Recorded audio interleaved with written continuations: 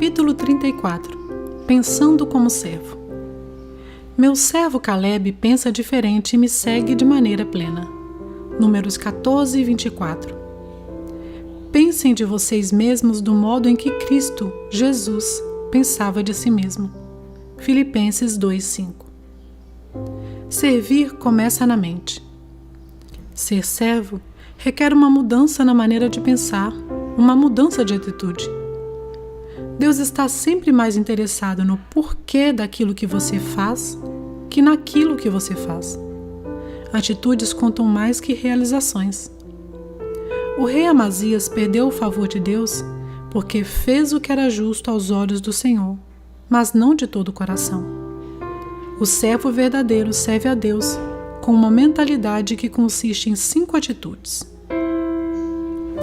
O servo pensa mais nos outros que em si mesmo. O servo concentra-se nas outras pessoas, não em si mesmo. Esta é a verdadeira humildade. Não pensar menos de si, mas pensar menos em si. O servo é abnegado. Paulo aconselha: esqueçam de vocês mesmos o suficiente para ajudar o próximo. É isso que significa perder a vida. Esquecer de si mesmo para servir outros.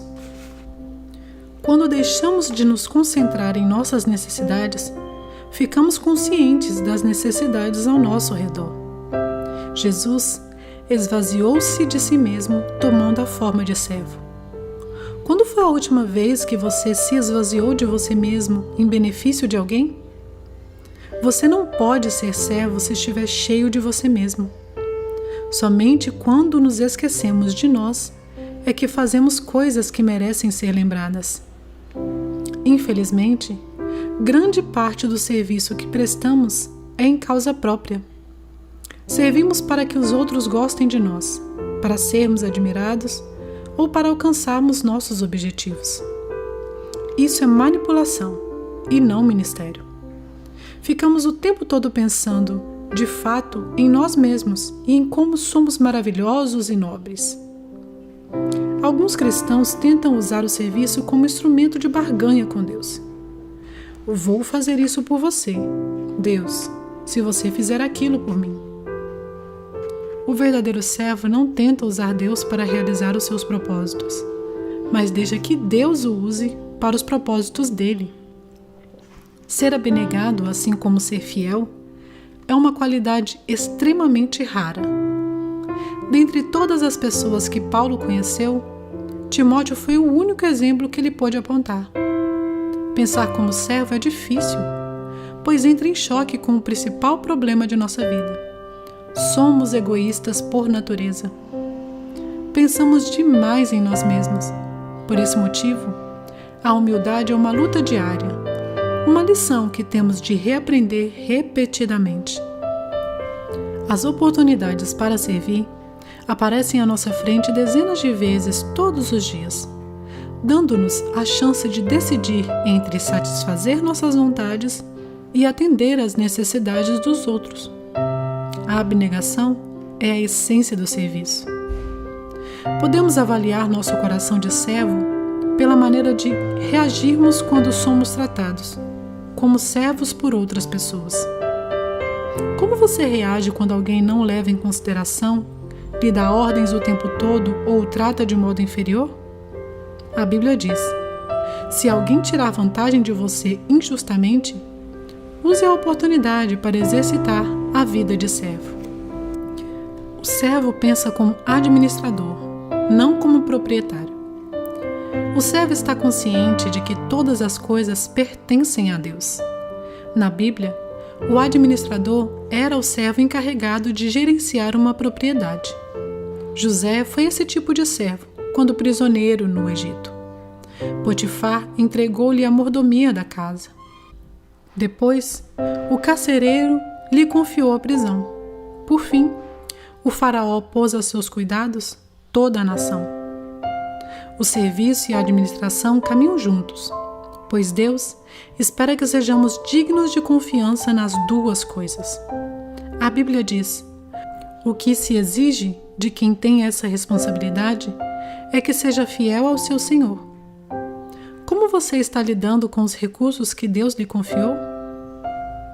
Para tornar-se um verdadeiro servo, você terá de resolver a questão do dinheiro em sua vida. Jesus disse: nenhum servo pode servir a 2 senhores. Vocês não podem servir a Deus e ao dinheiro. Ele não disse: vocês não devem, mas vocês não podem. É impossível.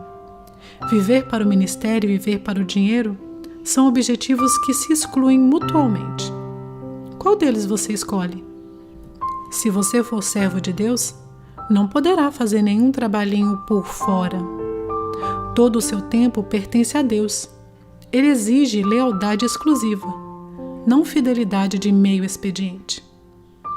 É o dinheiro que tem o maior potencial para substituir Deus em nossa vida. O materialismo é responsável por desviar as pessoas do serviço de Deus mais que qualquer outra coisa. Elas dizem: depois que atingir meus objetivos financeiros, vou servir a Deus. É uma decisão tola, pela qual se arrependerão por toda a eternidade. Quando Jesus é seu mestre, o dinheiro serve você.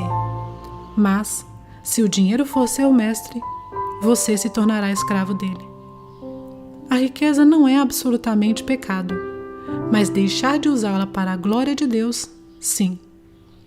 O servo de Deus sempre se preocupa mais com o ministério que com o dinheiro. A Bíblia é extremamente clara. Deus usa o dinheiro para saber se você é um servo fiel. Foi por isso que Jesus falou mais sobre o dinheiro que sobre céu e inferno. Ele disse: se vocês não forem dignos de confiança em lidar com as riquezas deste mundo ímpio, quem lhes confiará as verdadeiras riquezas? A forma de você gerenciar o dinheiro afeta a quantidade de bênçãos que Deus derrama sobre sua vida. No capítulo 31, mencionei 2 tipos de pessoas: construtores do reino e construtores de riquezas.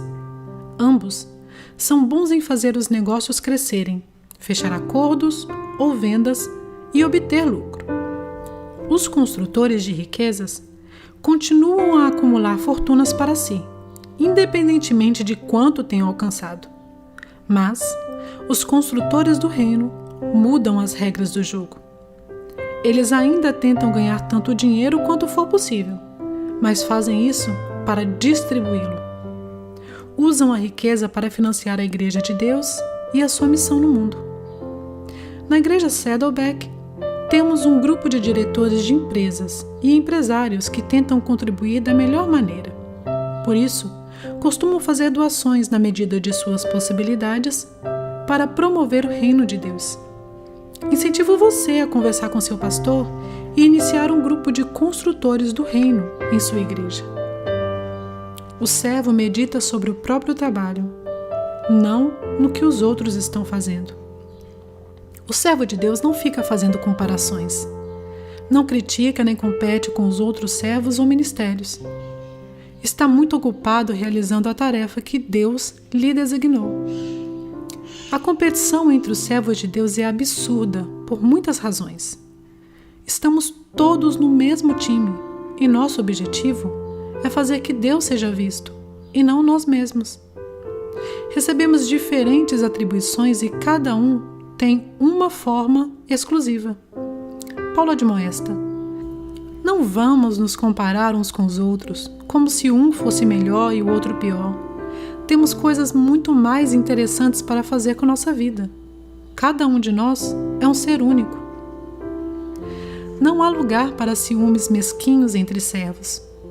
Quando você está ocupado servindo, não há tempo para ser crítico. Todo o tempo desperdiçado em criticar os outros poderia ter sido usado no ministério. Quando reclamou para Jesus que Maria não estava ajudando no serviço de casa, Marta perdeu o coração de serva. O verdadeiro servo não reclama das injustiças, não sente pena de si mesmo nem fica aborrecido com os que não servem. Apenas confia em Deus e continua servindo. Não é nossa função avaliar os outros servos do Mestre. A Bíblia diz: quem é você para criticar o servo de alguém? O próprio Senhor determinará se seu servo foi bem-sucedido ou não. E também não é nossa função nos defendermos das críticas. Deixe que seu mestre tome conta disso. Siga o exemplo de Moisés, que se mostrou verdadeiramente humilde quando enfrentou a oposição. Ou faça como Neemias, cuja resposta às críticas era simplesmente essa: meu trabalho é muito importante para que eu interrompa agora, a fim de conversar com vocês. Se você serve como Jesus, com certeza será criticado. O mundo e até mesmo grande parte da igreja não compreendem o que Deus valoriza. Um dos mais belos atos de amor demonstrados a Jesus foi criticado pelos discípulos. Maria derramou sobre Jesus a coisa mais valiosa que possuía, um perfume caro. Esse gesto de generosidade foi rotulado como desperdício pelos discípulos. Jesus, porém, o classificou como significativo. E isso é tudo o que importa. Seu serviço para Cristo jamais será um desperdício, não importa o que os outros digam. O servo edifica a sua identidade em Cristo. Por lembrar que é amado e aceito pela graça, o servo não precisa provar seu valor. Ele aceita de bom grado trabalhos que pessoas inseguras considerariam abaixo delas. Ao lavar os pés dos discípulos, Jesus dá um dos exemplos mais profundos de serviço que parte de uma autoestima equilibrada. Lavar os pés era equivalente a ser engraxate, função desprovida de status. Mas Jesus sabia quem era. Por isso, a tarefa não ameaçou sua autoestima. A Bíblia diz: Jesus sabia que o Pai havia colocado todas as coisas debaixo do seu poder e que viera de Deus. Assim, levantou-se da mesa, tirou sua capa e colocou uma toalha em volta da cintura. Se você pretende ser servo, deposite sua identidade em Cristo. Somente pessoas seguras podem servir. Pessoas inseguras estão sempre preocupadas com a aparência. Temem a exposição de suas fraquezas e escondem-se sob camadas de orgulho e pretensão. Quanto mais inseguro você for, mais desejará que as pessoas o sirvam e mais necessitará da aprovação delas. Henry Nouwen declarou: para sermos úteis aos outros, temos de morrer para eles, ou seja, temos de deixar de medir nossa importância e valor pelos parâmetros dos outros. Dessa forma, ficamos livres para manifestar misericórdia. Quando você fundamenta seu valor e sua identidade no relacionamento com Cristo, fica livre das expectativas dos outros, e isso permite que você realmente o sirva melhor. O servo não precisa cobrir a parede com placas e troféus para confirmar seu valor. Ele não insiste em ser tratado por títulos, nem se envolve em mantos de superioridade. O servo considera irrelevante os símbolos de status e não mede o próprio valor pelo que realiza. Paulo lembra: você pode gloriar-se de você mesmo, mas a única aprovação que conta é a do Senhor. Se alguém teve grandes chances na vida de se gabar de suas realizações pessoais, esse alguém foi Tiago, meu irmão de Jesus. Ele detinha as credenciais de quem convivera com Jesus na condição de irmão. Ainda assim, na introdução de sua carta, ele se refere a si mesmo como servo de Deus e do Senhor Jesus Cristo. Quanto mais próximo você estiver de Jesus, menos precisará se autopromover. O servo considera o ministério uma oportunidade, não uma obrigação. Ele gosta de ajudar pessoas, de suprir necessidades e de exercer o ministério. Ele serve ao Senhor com alegria. E por quê? Porque ama o Senhor, reconhece sua graça, sabe que servir é a mais alta função da vida e tem ciência de que receberá uma recompensa. O Pai honrará e recompensará qualquer um que me servir. Paulo acrescenta: Ele não se esquecerá do trabalho duro que vocês realizaram por Ele, nem do amor que lhe demonstraram ao cooperar com os outros cristãos. Imagine o que aconteceria se 10% dos cristãos em todo o mundo levassem a sério o papel de servo. Imagine todo o bem que poderia ser feito. Você está disposto a ser uma dessas pessoas? Não importa a sua idade, Deus vai usá-lo logo que você começar a agir e pensar como servo. Albert Schweitzer declarou: entre todos vocês, as pessoas realmente felizes são aqueles que aprenderam como servir. 34º dia. Pensando sobre meu propósito de vida. Um tema para reflexão. Para ser servo, devo pensar como servo. Um versículo para memorizar. Seja a atitude de vocês a mesma de Cristo Jesus. Filipenses 2:5. Uma pergunta para meditar. Normalmente, preocupo-me mais em ser servido ou em achar maneiras de servir outros?